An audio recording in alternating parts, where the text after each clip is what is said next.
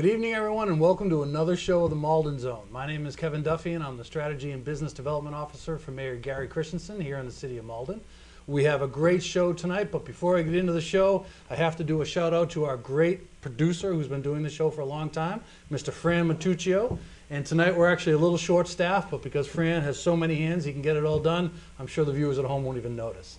On tonight's show, we're actually going to be talking about Malden City Hall, what it could mean to Malden Square if City Hall was able to be taken down and Pleasant Street reconnected. So to speak about that, I have a number of guests. I have Debbie Burke, the Assistant Director of the Malden Redevelopment Authority. I have Mr. Paul McMorrow, who's the Associate Editor of Commonwealth Magazine and also a frequent Boston Globe contributor. I have Miss Molly Pigeon, who's the Principal of Ironwood Commercial Construction. I have Mr. Shane Smith, who is the owner of Hugh O'Neill's, who celebrated their 10th anniversary last year, so they know the square quite well. And last but not least, to introduce him to the people at home, I have Mr. Jarrett Banks, who is a Boston.com reporter and occasionally a contributor to the Boston Globe himself. So what I'd like to do tonight, right now, is start off with our first guest, Ms. Debbie Burke of the Malden Redevelopment Authority. Hi, Kevin. How are you? I'm doing well. Thank you very much for joining me. Good. Now, Deb, even though you look far younger than I do, you've actually been in Malden for quite a while. Right. I know you're the Assistant Director of the Malden Redevelopment Authority, but you were also on the staff of Mayor Richard Howard for 16 years, correct? Right, correct. And he was constantly trying to move City Hall as well. So I was wondering if you could maybe tell us about some of the previous efforts and where they went. Well, maybe just start with a little bit of a historical perspective. I was looking up some dates today before I came up to the show, and the street actually began to be closed down from 1971 when they started construction of what is Malden Government Center, and the facility opened in '76. And the rationale behind that at the time was that we were going to make it, I wasn't working at the Redevelopment Authority at the time, thankfully, but the idea was to make it a mall, a street mall that would be closed to vehicular traffic but open to pedestrian traffic. The merchants prevailed, thankfully, at one point and got the end closest to Main Street open to vehicular traffic, but by then this building that we sit in, Kevin, you and I, was already there, and it virtually dead-ended the street. Right. So a combination of suburban malls that grew up all around Malden and the dead-ending of the street kind of put a chokehold on the retail activity in Malden Square. Over time, I mean, it took some time, but it But that really was hurt about it. the time that these suburban malls, the Route 1, you know, Right. this strip mall concept started really popping up. So even though it probably wasn't the reason Malden Square really got hurt, the City Hall Government Center going on Pleasant Street certainly didn't help. That's right. I mean, it just kind of exacerbated what was happening, you know, all around it. I went to, you know, Richard Howard's office. When he came into office, I went down the hall from the Redevelopment Authority to work on economic development initiatives for him. And probably starting, I was again looking up some reports in 1999 when he was building some of the new schools. One of his focuses then was to look at Malden Square. And we commissioned a study at the time by an independent planner and a landscape architectural firm, Goody Clancy Associates and John Connery. And that was a kind of our blueprint, if you will, that we followed. And to a certain extent, we're still following some pieces of it today with, you know, under Mayor Christensen's direction. But one of the underpinnings of that book was to talk about demolishing Malden Government Center.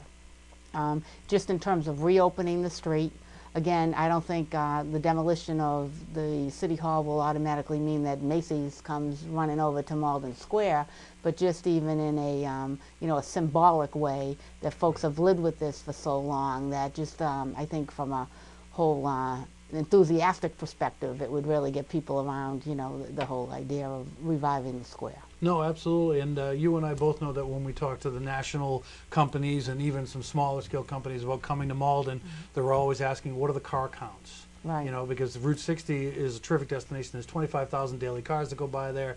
It's where a lot of companies are looking, businesses are looking. Right. When you mention the downtown, we can try to talk about the pedestrian traffic that's down there, which is a Right. good bit, Right. because you have some major employers in the square, but the businesses are really looking for car counts. They want to see Right. those cars going by. Right.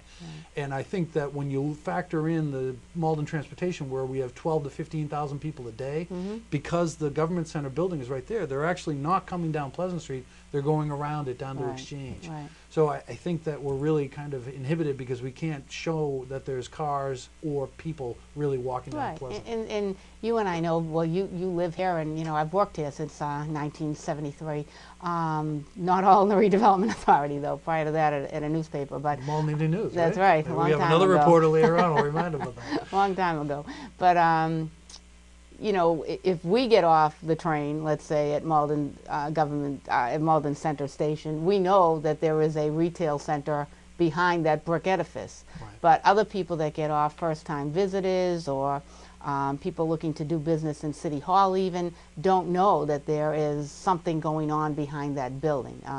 Combination of things. It's a fortress. The signage needs to be improved, and I know that's one thing that Mayor Christensen is really, you know, promoting about trying to get this wayfaring sign, you know, established so that people even know what exists behind there. But again, I just think from even a big symbolic impression, it's got to get out of the way in terms of just reopening the street. Agree. And just to touch on your point about people not knowing, I mean, we've put the kiosk right at the nice little plaza there with the MBTA. Right. We're about to embark on the Dine in Malden campaign, which will be all along the MBTA.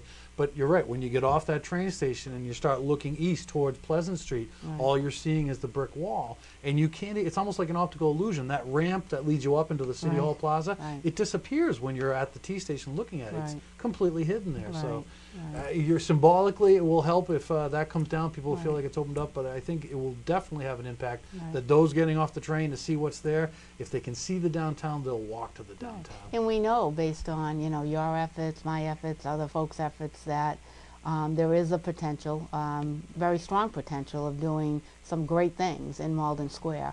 And, you know, the bones are there in terms of the new residential development, both that has come online in recent years, and, you know, the great new ones that are coming online by other developers on Exchange Street, Main Street, etc. The restaurants are fantastic, and Malden's really getting a great reputation of being a good place for foodies and you know, that kind of activity. So I think a combination of what we've got growing right now, getting rid of what's in the way of, you know, the mayor is great for saying we're in the way of letting other private development come into the city and, you know, kind of rejuvenate it. So we want to get out of the way, and that means taking the building down. Right, and like you said, we're seeing a lot of private money coming into the city, looking at developments that are happening, and that's actually happening in spite of the City Hall. Right. You know, if that was gone, I think these would be happening faster. And to be frank, I mean, the more money that comes in, the more developments come in, that's more money for Malden. Whether that's more police, more fire equipment, more DPW, things we need. You know, this is your bottom line. When you're writing your budget on your house, if you get a raise, you can do more things. That's true. So that's the way we look at it. If you can get more development in there, it's a chance to get a raise and increase your bottom line. Right, and there are development possibilities. I mean, they're great possibilities in terms of if you reopen that street, the remnant, you know, not remnants, but the pieces of land of the parcels that would be on the other side of that, you know, reopened roadway are prime, right across from the train station, opportunities for redevelopment and significant private investment in the square. So. It's just under 3 acres right off the, and I'd like to remind people this, it's not just an Orange Line stop, I know you know this, but it's the only major transportation hub north of Boston. That's true. It's the last one there. So you've got the major bus hub, you've got the subway stops, and then you've got 2 commuter rails that go right through there. So it's really an opportunity. I mean, you and I went to an Orange Line study through the Metropolitan Area Planning Council, and one of the statistics that I took away from that is that anyone who opens a business on the Orange Line within a half mile lives or has their business within 700,000 working age adults who have a house within a half mile of the Orange Line. So if you're a business looking to, you know, establish yourself, Malden has great rents and great restaurants like we talked about, but you're looking to increase your talent pool, you can draw from 700,000 people up and down the Orange Line. Then add on top of that that Malden has these commuter rails and this bus system, which goes all the way into Boston and points north. You're probably talking close to 1 million potential applicants for your business. Because that commuter rail goes just about to southern New Hampshire for the most part. And yeah, I mean, we've had counts that have been validated. You've got 14,000 commuters going in and out of that train station on a daily basis. Just to even capture, you know, a third of that business would be great for, you know, Stupendous. you know, really great. So. Well, I know that under Mayor Howard's watch, when you were working with him, there was an effort before that came very close to relocate City Hall. Right. And I think the plan, this was, I don't know, maybe 2007? Yeah, 6 or 7, 6 or something 7, like okay, that, maybe, right. yeah, 6 or so, was to relocate up to Malden High School, take over the old building, and then Right. use the state reimbursed money that we recently used for a refurbishment. Instead of refurbishing the building, build an adjoining building along Ferry Street. And then that didn't quite work out. Right. So it seems that, a lot of people forget, yes, let's tear down City Hall, but the first question you have to answer is, where are you going Where to do put you go? everyone? Right. Where does city services go? Right, I mean, the interesting thing, having seen 2 administrations at work now, between Mayor Howard and now Mayor Christensen, Mayor Howard was looking at moving City Hall, but moving 40,000 square feet of it. The building's now far in excess of that, and I think most residents, when they come in there, would acknowledge all the wasted space, the atrium space, the heating costs because of that atrium space, etc. But the idea was to relocate 40,000 square feet down as part of that complex that houses Jenkins Auditorium, and to make it a civic center, so it would be governmental and educational. And, for whatever reason, just couldn't pull the trigger on that. But now it's given some time to rethink things, and now with, the new mayor, his idea is to, downsize City Hall. People interact with City Hall in a lot of different ways now in terms of social media or, things online. So, his failing, from what I've learned in these meetings with him, is that he feels we could do fine in space that would be up to maybe 25,000 square feet. So that's even less of an impact on a taxpayer's dollars in terms of moving a facility. Right. Well, to the point of relocating the services, 2 RFPs went out, Right. proposals came in, responses came in. We have 2 different review committees that are Right. reviewing them. They're in process.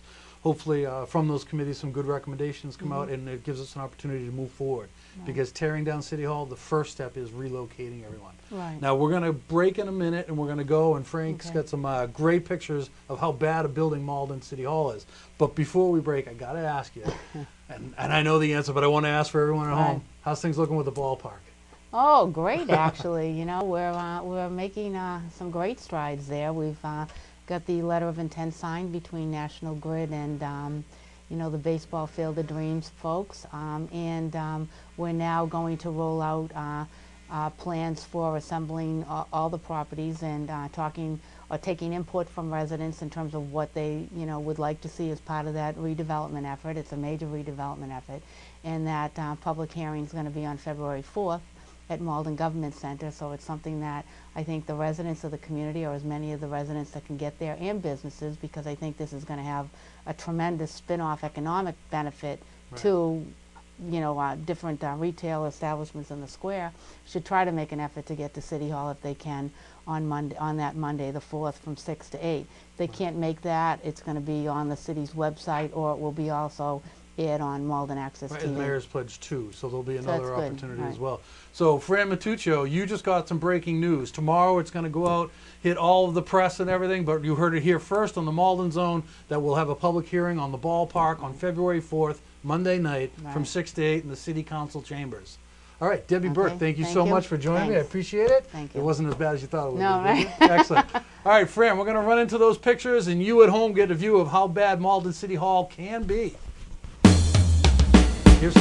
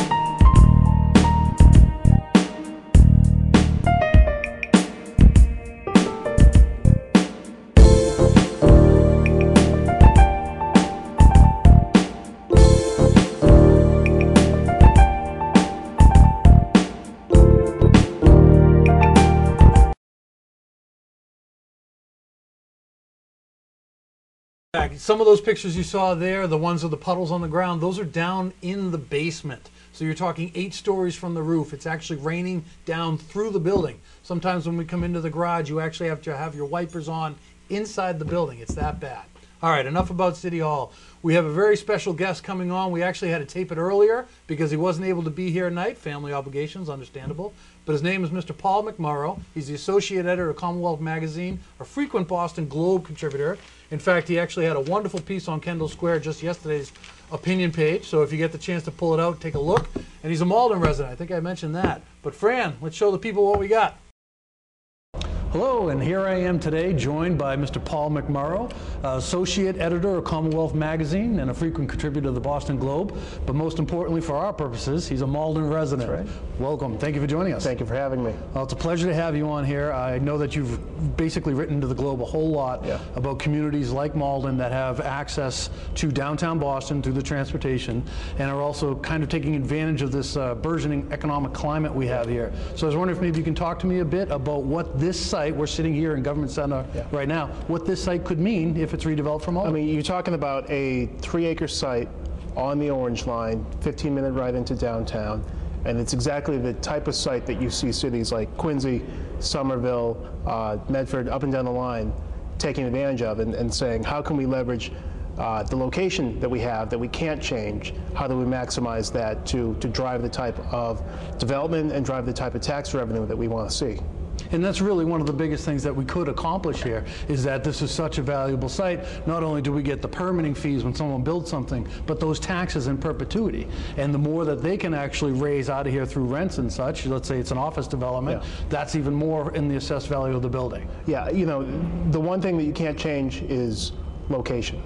And you know, apologies to our friends in Somerville, we're not building any transit lines anywhere anytime soon, so the infrastructure that you have. And that's what a lot of people don't realize. I mean, they think of Malden, they think of an Orange Line stop, but what we really have is a major transportation hub north of Boston. The commuter rails, a bus hub right out of here. So the access to Boston and all around the points north are tremendous from this point. Absolutely, and the most important thing that cities are doing right now is just taking advantage of the infrastructure that you have, building in places that you can accept lots of people, so you're not cramming a big dense development in some place it shouldn't go. Because the growth has got to happen somewhere, and so it just makes sense to put it where it's going to have less impact and actually take advantage of of the location and feed assets that you want to feed, rather than putting it someplace where it's not going to do any good. Well, you're talking about putting development where it's useful. And so one of the things that we were talking about is by removing City Hall and creating a development here, we would reconnect the street. So now you're actually connecting this downtown transportation hub, which at last count is somewhere between 12 and 15,000 people daily, with our downtown. So many people get off the train and they don't realize there's restaurants and shops just on the other side. And if we can increase the traffic counts, the pedestrian counts, the resident counts of this area, more businesses will move in here, and it will help the businesses that are already here. Yeah, businesses thrive on people. The best thing that you can do for business is put a bunch of people living on top of it. Create the permeable edge on the street. Right now, the street, it's blocked off. There's no access. It's walled off. You taking out City Hall, ringing it with new development that allows people to make that connection. And pass right through. Yeah. And you can actually see it when you come up Pleasant Street. When you're on the corner of Pleasant and Main, there's a lot of action down there, a lot of stores. As you come up, you see some great restaurants. But really, once you start crossing over this, where there's almost no exit out of this end of the square, things quiet down. The foot traffic's way down. The car numbers are way down. So just by reconnecting Pleasant Street, like it used to be in the old day, when Malden was really a thriving center, a shopping center outside of Boston. Now I feel like we're almost part of Boston being on the Orange Line. I mean, you look at what Quincy's doing right now, where they have a downtown that was once thriving in the 50s and 60s, took a big hit when the mall opened down Route 3 from them, and they said, what are we going to do with this space? How do we support local business? And the answer they came to was, let's redevelop it. Let's put some people down here. Let's put some new offices down here. And that influx of people is going to feed new businesses. And the same kind of basic equation in city after city, and that's how you do it, by putting people downtown. I know you've long been an advocate for mixed use, and that's what we've been putting in for some of the newer developments that are coming in here. When you look at the market that's kind of re-emerging from the economic downturn here, or the recession if you want to call it, what do you see as really being a good fit for here? And let me preface this by saying we got a grant from the Metropolitan Area Planning Council. We're working with the Harvard Graduate School Design, going to come up with some options, bring it to the residents and have them weigh in. But in your opinion, as a resident and somewhat of an expert, what would go here? Office, residence? I think it's resident. You know, I think the conversation has to start with housing, and maybe it's housing with a mix of office mixed in, but in this state, and it's not just the city, if you statewide, metro area wide, even when things were going good, when things were going well, we didn't build enough housing, and we haven't built enough housing for decades. And what you see now is the net result of not building enough housing is it's supply and demand. You've got too much demand on too little supply, and the prices spike up, and we're not able to retain the kids that we're educating down in the colleges in Boston. They come here for 4 years and they leave because they don't have a place to live. And nothing affordable, too, right? So, you know, you've got the state that says we need 10,000 units of housing a year for the next decade. Wow. Where's it going to go? Do you want to put it in the middle of nowhere, where you've got to build new sewers, new roads, traffic jams that you're creating? New businesses to support them, right? Or do you put it in underutilized sites adjacent to transit, where you're taking advantage of infrastructure that you have in place already?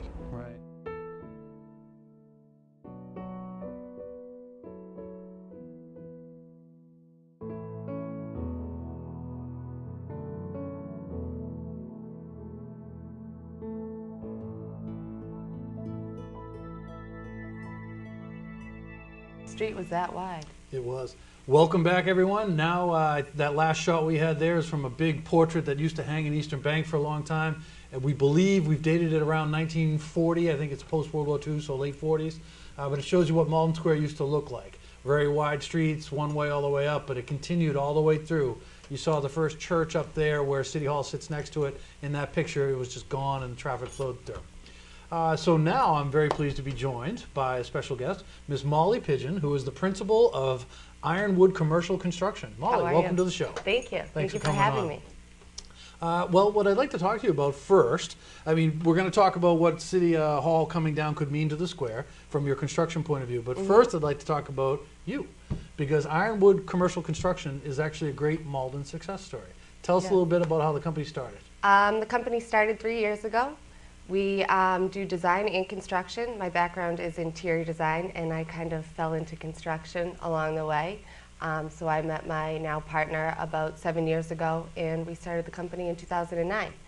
Superb. And you live over in like the Ward 1 area, right? Yes, so you're a resident, and you got a business.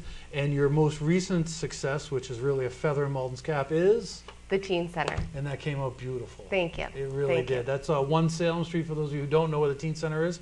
It's the one right on the corner of Salem and Ferry, right at Converse Square. Yeah. And it's a beautiful green color that came out with all the nice details. So yeah, we did the exterior and the interior of that project, so it was really, really fun.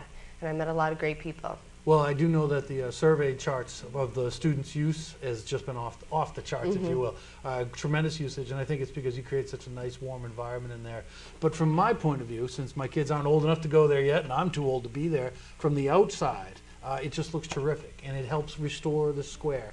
And I know you're helping us with another project, the Dowling Building. We're starting to see if we can address some of the outside issues.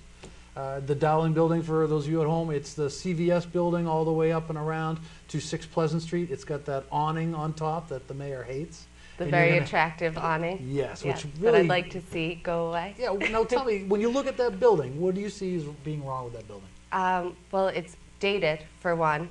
And it's very heavy. It doesn't bring a lot of light into the city, too. A lot of what will attract people to spaces is lighting for signage and things like that. And the awning itself is so heavy that it doesn't bring attention to the tenants itself. It just is this mass around the building. And really, you want to draw your eye to the tenant spaces.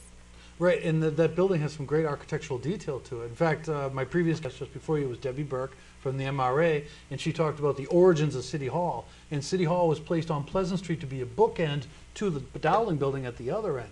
So they were really looking at the Dowling building as being an anchor as far as being in the square. So, okay, now the topic of tonight's show is taking down City Hall, which we're all hoping can happen. It's been on every mayor's agenda for, I think, since it went up, probably. And then reconnecting the street. How do you see that impacting the square and what it could mean to Malden? Well, it'll really bring life back into the city, because for stores to be successful and to open up, they need to have traffic. There needs to be foot traffic. There needs to be car traffic. People need. No one is going to put a shop, a restaurant in a space that doesn't have any visibility.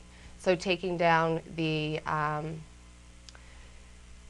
Government Center there at the end will really create another sight line to the train. People on the train will be able to have a better sight line as opposed to seeing a parking lot, a brick building, a football stadium. You know, they'll be able to see life back in the city as opposed to those kind of things that don't really bring much life or people. We were talking earlier about, or at least I was, about when you're at the T and you're looking at Government Center, it's almost an optical illusion because you can't see the ramp up. It's just, as Debbie called it, a fortress. Yeah. And no one's going to want to walk in there.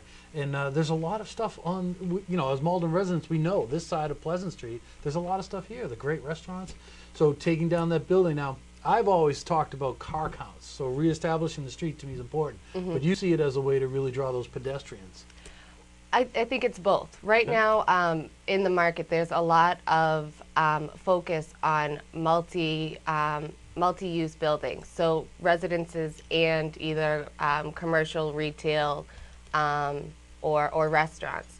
That's where the market's driving. So if we can get people that only want to live within a city block to be able to see that Malden has that hub, that they're starting to be that place where they don't have to travel far to get to work. They can walk to the train and take the train into Boston. Or, if they do drive a car and they can hop on 93 going in the other direction and get somewhere fast and have that access. It'll be really important to draw those people in. And continue to help Malden grow in a good, positive way. Right.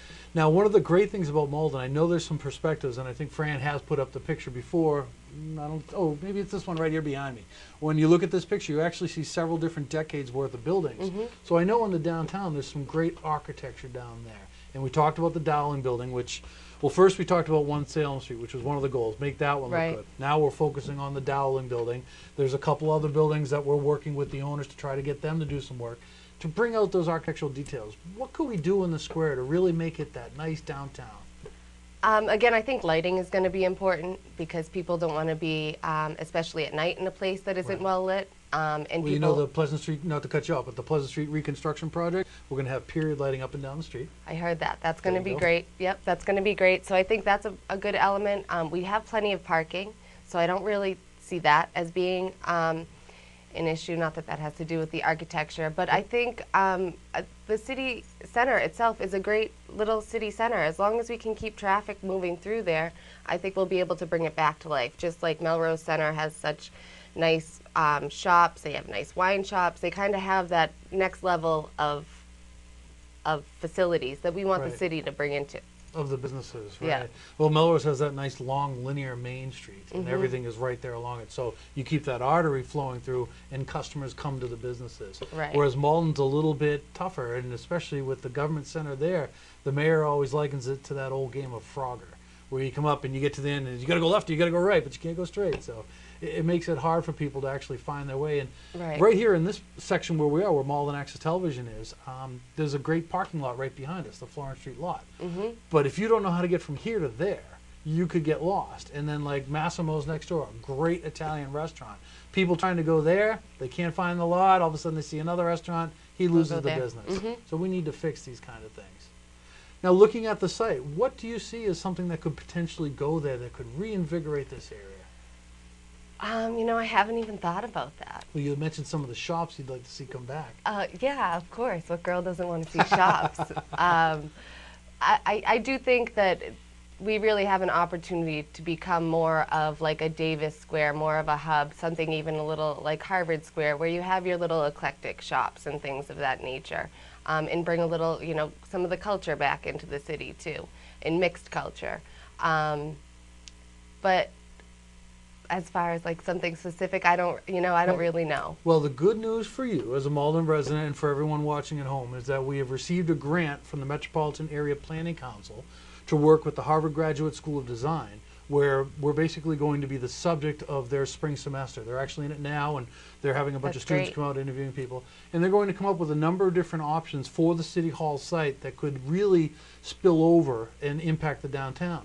And so what we'll be able to do is once they present these different options, we're going to do a massive community outreach in language appropriate fashion to all the residents here and basically ask them, what do you like about these different proposals? And almost a la carte, I like this from that one and that from that one. And then that will actually be used to create the RFP for that site.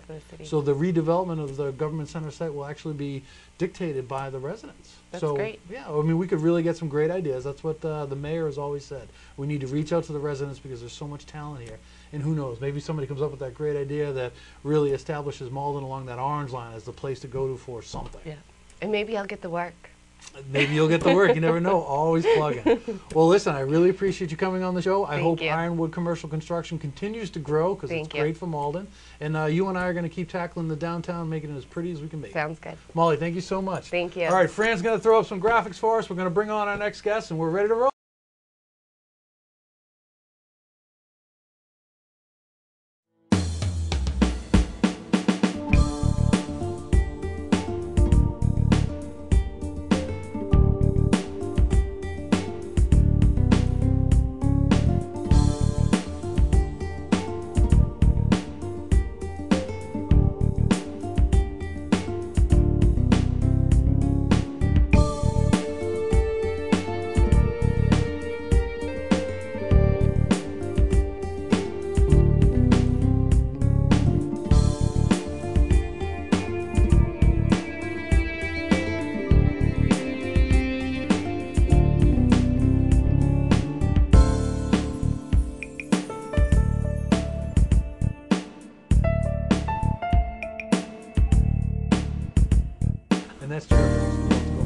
Welcome back, everybody. That was Molly Pigeon, who was just on. Again, principal of Ironwood Commercial Construction, a great Malden success story. And while we're talking about great Malden success stories, I am joined by Mr. Shane Smith, the proprietor of Hugh O'Neill's. How you doing? I'm Good doing to see well. you. Thank you for joining us. Thank you. I know we've talked about this before. You just celebrated 10 years, Yep. which is wonderful. Congratulations. I think the average lifespan of a restaurant is under 3, so you've tripled that. So congratulations. Thank you. But tonight's show, we're focusing on what the removal of Government Center, the City Hall building, and the reconnection of Pleasant Street could mean to the downtown. So as someone who's had a business in Malden Square for over 10 years now, how do you see that happening? I mean, the reconnection of the street, how do you see that impacting your business and the other businesses? I think in the case of all the businesses downtown, my own business included, I think it'll be really great to reconnect the downtown area with the T station particularly, and to sort of to make Pleasant Street one street, not to have this structure in the middle of the street kind of blocking off the whole of downtown. It's something that's been talked about since we started looking at Malden as a potential destination for a restaurant, probably 11 years ago now, and I know everyone's still waiting, and it's been in the works, but hopefully it seems like things are moving in a positive direction at the moment. But we're very excited about the thought of it. It's always been a problem having that in the middle of the street, blocking off the main street, main artery of the downtown area. And it will be great, hopefully, to have it someday soon, to have it open back up again. Yeah, we actually showed some pictures of Malden back in the day. We think it was late 40s. And you're right, Pleasant Street was that main artery, and it was a thriving commercial district. Now, other things have happened in those decades since that have kind of changed downtown shopping areas. But certainly one of the things, as Debbie Burke said, exacerbated the decline of the Malden Square area was plopping this big old building, this fortress, right there in the middle of the street. Sure. Now, have you found that a lot of people will call you and say, "I'm on Pleasant Street, but where are you?" And yeah, that's been a common theme for the last 10 years. When someone would call looking for directions, saying that I'm outside the T station, and we're not really able to tell them to just come down Pleasant Street. You can see us at the end of the street because obviously there's this large structure, like a fortress castle-like building in the middle of the street, and it's very confusing to try to explain to them that they need to go around or under or pass through this building that they're looking at. We've also had a lot of people who are driving who maybe eventually found their way to Hugh O'Neill's, thankfully, and they would say that, oh, you know, we were trying to find you for the last 15, 20 minutes. We were driving around. We were on Pleasant Street. We thought it was right there. The GPS took us to Pleasant Street, but unfortunately they were at the other end of Pleasant Street couldn't and get through to the couldn't right see it, couldn't see that there was another side to the street because of City Hall being right there. So it's very hard for people who are not familiar with the area to make their way around downtown because of that. Right. Now, have you ever actually done a study, or maybe just anecdotally you found out, do a lot of your customers come by car? Are they coming from the T? Are they people from the downtown who work in the area and know your place? It's a little bit of everything, but Okay. I think a lot of people come by car. There is quite a lot of parking on Dartmouth Street, and then some other parking on, the other parking lots around the downtown area. But a lot of people do walk, and a lot of people that are residents, particularly of Malden, would be coming from the train, usually from work. Then you'd also get people who are coming into town for different reasons, maybe to visit friends or for shopping or whatever the case may be. And a lot of those people are coming by T.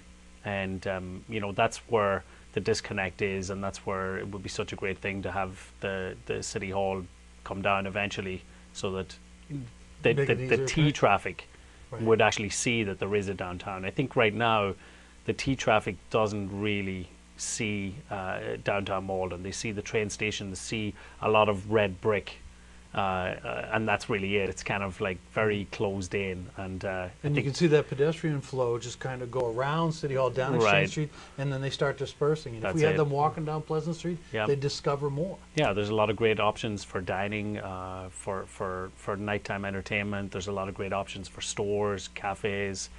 Malden has a lot of, downtown in particular has a lot of like really good options, but a lot of people don't get to experience them, unfortunately. No, they don't. And you're there every day, and I'm there every day, and we get to see it. And we know there's great little shops in there, and people need to kind of come down and really explore Malden to find those spots. Right. But if we could reconnect that street, so many people would be coming through there, discovering those, that other businesses would come in and join them. For sure. And we'd actually start getting a great cross selection. I'd love to see, and I know everyone would, but I'd love to see every store filled with the funky hip stuff that you're seeing over in Kendall Square or over in Somerville somewhere, Davis Square. Yeah, well, the key to a vibrant business district is to have a lot of traffic, be it either vehicle traffic or foot traffic, preferably both.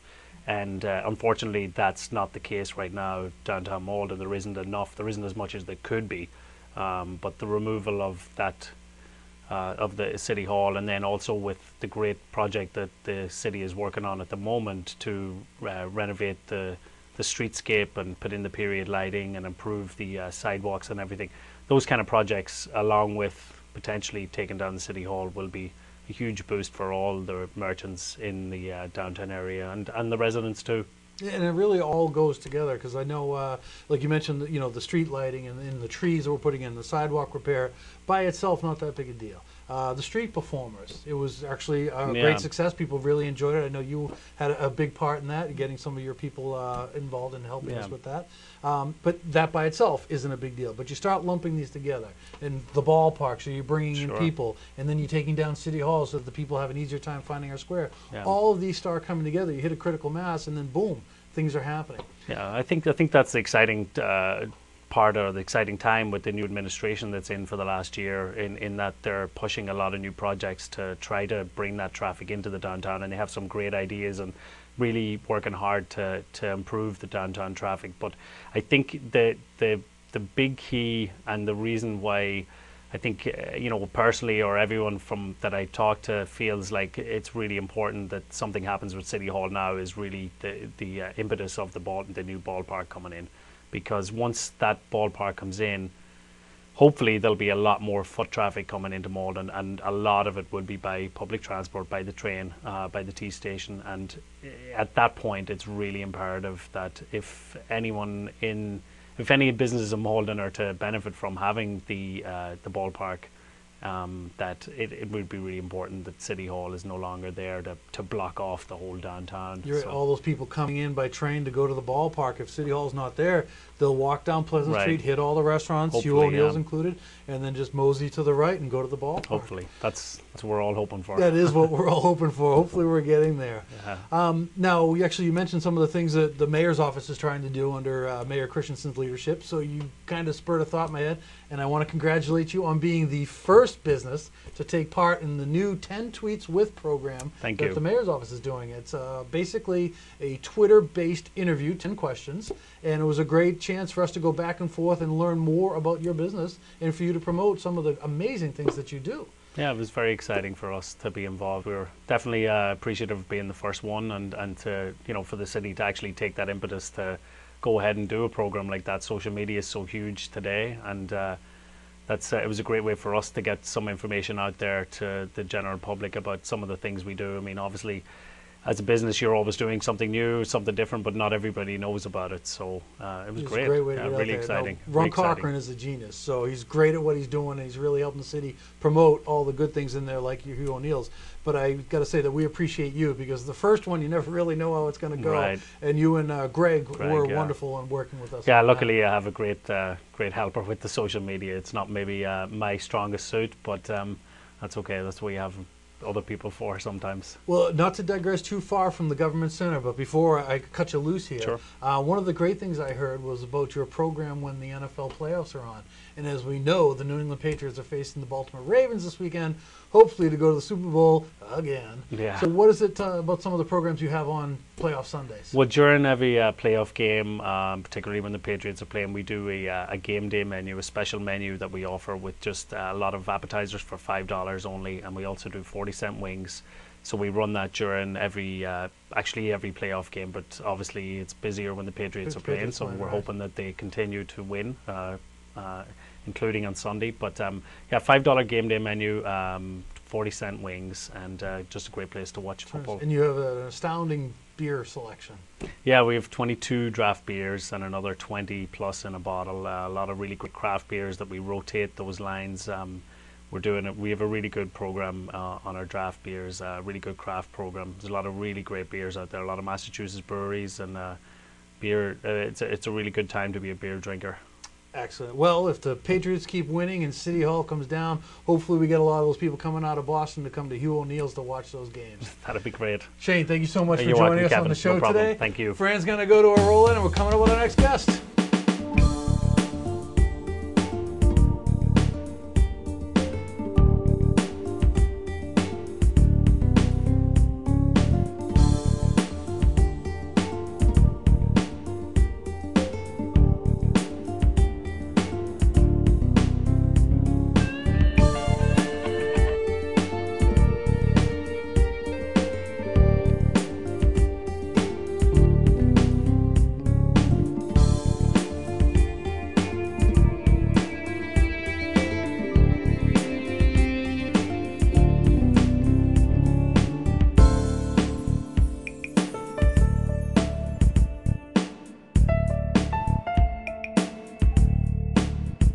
All right, right in on Jared. Ladies and gentlemen, Jared Banks, the drinking reporter. That is water too, by the way. So it is my pleasure to welcome to the show. First time on Malden Access Television, right? That's right. So this is the first time people in Malden are really getting to see you. That's right. The Hello, man Malden. behind the keystrokes, right? Yeah. All right, Jared Banks, Boston.com reporter and occasional Globe contributor. That's right. Is that I phrased it the right way? Yeah. Excellent. Now, I understand that you actually were, before we get into the whole City Hall and all that stuff, you were a patch guy, and you came from a neighboring city, right? That's right. I was over in Medford for a couple of years before switching roles, and now I'm here, and I'm excited to be covering Malden. And a Now few you're other big time, communities, because too. it's not just Boston.com, but you're Malden. So Yeah. you made two big leaps up there.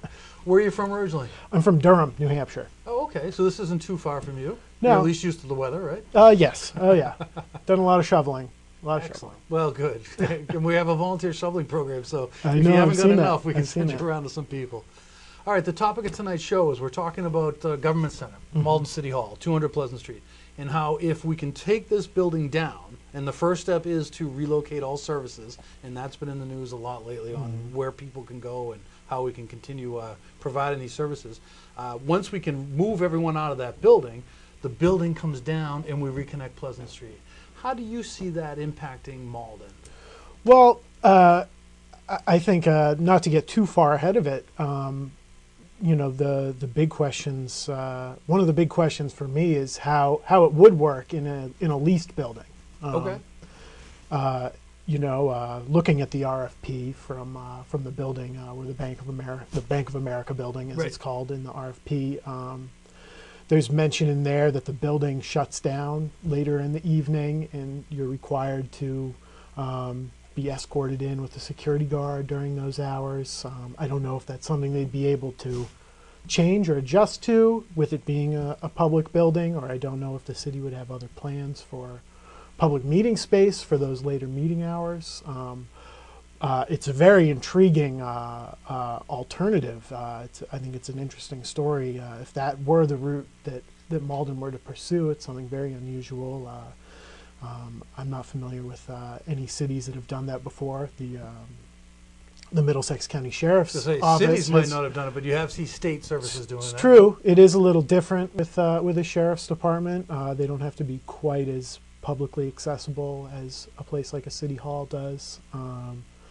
And it would be interesting how that project like that would develop going forward. Good points. But as you know, in the RFP, there was a review committee established by both the mayor and the city council to review all these proposals. They're still meeting now. In fact, I believe the city hall meeting, next meeting is tomorrow. But this group is going to come up hopefully with some recommendations, you know, possibly yes, let's do this, or no. I mean, we have to really flesh it out. And then possible changes to things to possibly make it a good deal. So if they say, yes, let's go to Bank of America, but we need access to the building, so we only do it in this case, that's what this review committee is going to work out. But one of the interesting things, I mean, we were talking about Government Center, is we showed some pictures earlier about how badly the building is leaking. And my window in my office, and it's one of many windows all around the building, the latch is broken. And these are big windows, and they were meant to tilt out. So my window can actually open all the way out so that you're just staring down 70 feet to the plaza. And the top of the window will actually come down and hit you in the butt and knock you out in the window. So it's kind of a scary building to be in. I'm surprised we haven't had more issues there. But the way it is right now, we're actually spending $500,000 a year just to stay in there. And this isn't to fix it up, this is to keep it running. So I think the mayor's thought was, hey, if we need to get out of this building, we're already dropping $500,000 a year. Let's refocus that into an area where we can get out of the building right away. So I think that was part of the idea on saying, let's put out RFPs and find out what options we have. But back to reconnecting the street. What do you see that happening? What does that involve with the square? You know, I'm no planning expert, so it would be interesting to see, though, what kind of development would be visioned there.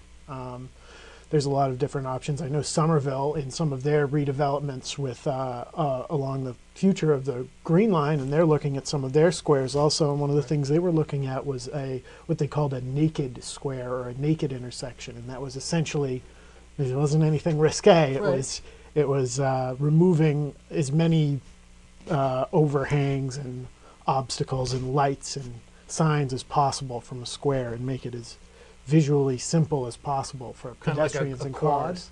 Kind of, yeah.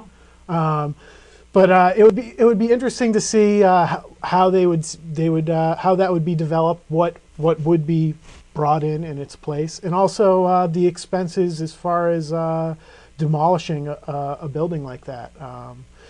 Maybe you might know some of the details on that, but it is an older building, not too old. 70s, right? Early 70s. 74. Yep. Yeah, 74. So I don't know what kind of materials are in there. I don't know what kind of expenses might be associated with hauling some of that out. Right. Well, hauling it out, that's one thing. But as far as, whether or not there's asbestos or scary stuff in there, there's nothing like that.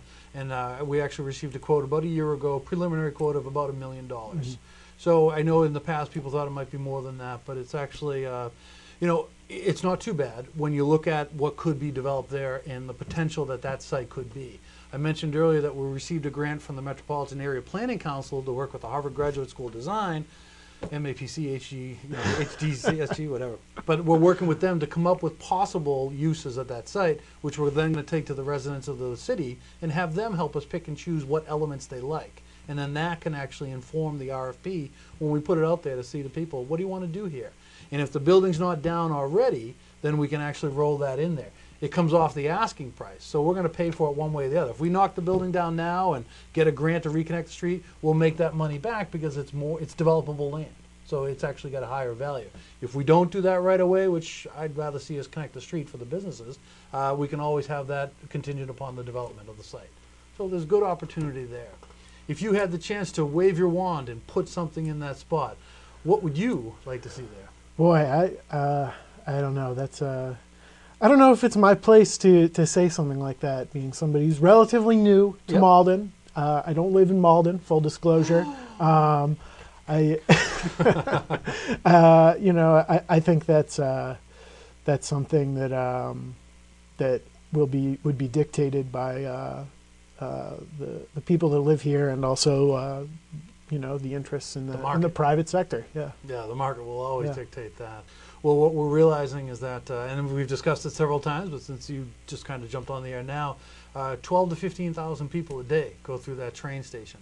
So if you can actually remove the city hall and have them plugged into the Pleasant Street, you'll redirect some of that traffic here. And then by reconnecting the street, you're increasing your car counts. So now the market, again, business will start to say, look at all these other things happening there. You've got a people density because we're building smart apartment buildings there with mixed use. So business is going to say you've got the density counts of people, you've got the pedestrian counts from the employers that are in that area, and now you're getting the traffic counts from the connected street. We need to be there. And hopefully that will allow us to actually get a little choosy about what comes in there. I know you caught the end of Shane. Have you had the chance to explore Pleasant Street? Because there's some neat little shops. I'm a little familiar with Pleasant Street. I've been. This is probably the latest I've been along Pleasant Street, and I was surprised with how many cars were filling up parking spots along the street. I was able to find one, no problem. But yeah, it was very busy, and but I've been along Pleasant and Exchange Street a number of times. Yeah. And that's one of the things working in the mayor's office. There's a lot of late meetings, unfortunately, and sorry to my wife and kids. But you'll come out onto Pleasant Street and you'll just see a lot of action, a lot of people walking around, coming in and out. You go down to All Seasons or Exchange Street Bistro, even Hugh O'Neill's at night, and those places are hopping on Mondays and Tuesday nights. So we've got this great restaurant scene right here. And honestly, that's what businesses are looking for. You know, they want to have all those densities that we talked about, but if you're an employer, you want to have an opportunity for your employees to live nearby and not have to pay a ton of money, to have dining options, whether it's lunchtime or after work. So we're at the cusp of really having these things come together. And I know the mayor believes, and I believe wholeheartedly, that taking City Hall down and reconnecting the street is really one of the last major things we have to do to revitalize the square. You see it that way? Do I see it that way? Do you see it that way? I don't know. If that's the mayor's plan, it's a very interesting storyline to follow, certainly, and also how the turnaround for something like that. How not just how quickly the city could be out of that and it could be torn down and the street could be reconnected, but development-wise, how that would all move along. It would be a very significant project. It would be, and you see a lot of projects beginning, hopefully this spring. I mean, I'm confident they will. They've been cleared with permitting, but there's a number of major projects coming in here. And in fact, we tallied it up recently, and there's almost $300 million coming into Malden over the next 12 to 18 months. A number of apartment projects, mixed use is going in there. The ballpark, obviously, is a big one. So people, I think, are recognizing Malden as currently undervalued. You know, when you look around Boston, major metropolitan area, and you see Cambridge and you see Somerville, people see Malden, again, from an employer's point of view, Cambridge and Somerville, $44 a square foot. You come to Malden, you can get $18 to $20 a square foot. Tie it in again with those restaurants, the easy access, places to live. I think we're really right there on the edge where things are going to start happening in that regard. So hopefully we can continue this great trend, all this money, private money coming into the city. Because you know what the private money coming into the city means? We have more money that we can actually use for police, fire equipment, schools, DPW, I mean, whatever the city needs. We've got a better bottom line to deal with these issues as they come up. That's the key to development. So, all right, now we've only got a couple minutes left, so before we wrap this up, what I wanted to ask you is just your initial impressions of Malden. You know, I'm coming in at a time when projects like this are happening. It's very intriguing. I feel like I'm right at the beginning of a number of either developments or potential developments and discussions about them, and so it's very interesting to follow all that, and it's a great focus, and it's obviously a very diverse community, and in a lot of different ways, and it's very interesting to keep up with it, and it's nice to have a little change of pace, to have a new. It's always fun to have a new place every once in a while to start looking into a little bit and explore. Yeah. And that's right, because you were at the ballpark press conference a little while ago. That might have was. been one of the first times we met, and that was a big deal. You know, you had the congressman, senatorial candidate, you had the attorney general there, the mayor, the state representative. I mean, there was a good crowd there, a lot of TV cameras. I saw you elbowing Janet Wu to the side at one point, so you held your own with the veteran reporters. Great job. Great job. Well, hopefully now that you're here, we can continue things going on. And so as we wrap up, I just want to say thank you to our guests. We had Debbie Burke, the Assistant Director of the MRA, Paul McMurrow, Commonwealth Magazine Associate Editor, Molly Pigeon, Principal of Ironwood Commercial Construction, Shane Smith, owner and proprietor of Hugh O'Neill's, and Mr. Jarrett Banks of Boston.com and frequent Boston Globe contributor. Jarrett, thanks for coming on. Thank you. Thank you for watching. See you guys, not me, but someone from the mayor's office next month. Fran, great job. Thank you. And then we'll cut out in just a minute or two. So there we go.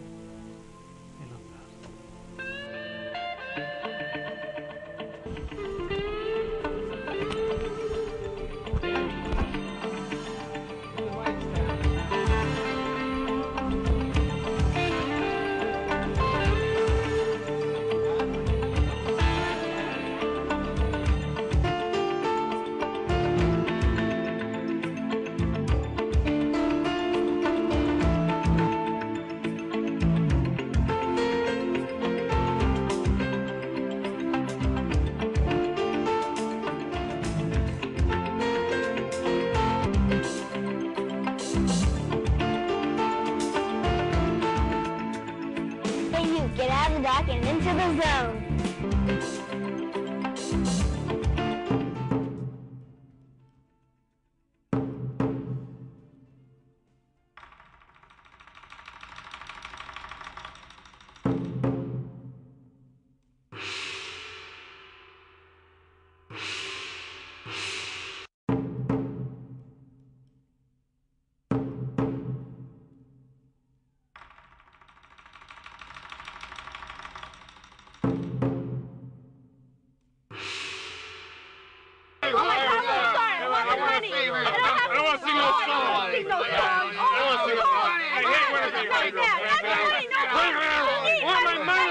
How come I never get my money?